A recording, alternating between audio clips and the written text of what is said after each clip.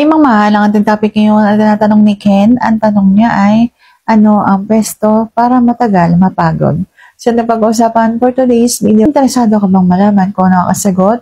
Please keep on watching para bago yan. Kung bago ka pa lang sa akin channel, please consider to like this video and subscribe my channel.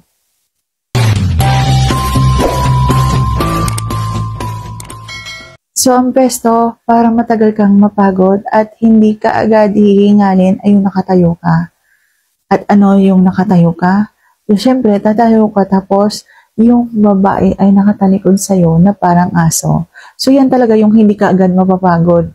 Kahit na matagal kang makatapos, hindi ka agad hihingalin kapag halimbawang nakatayo ka lang at bumabayo lang dun sa likuran ng isang babae. Kaya dapat po, hahanap kayo ng magandang pwesto. Yung pwesto na makakaangat siya, makakaabot yung iyong dun sa kanyang bulaklak, yung ganyan. So, pwede sa upuan o kaya naman doon sa inyong higaan, tapos dapat nakaangat.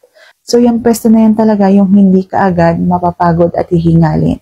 So, sana sagot ko ng tamang itanong. If you like this video, please consider to like this video and subscribe my channel. Thank you for watching. See you on my next vlog.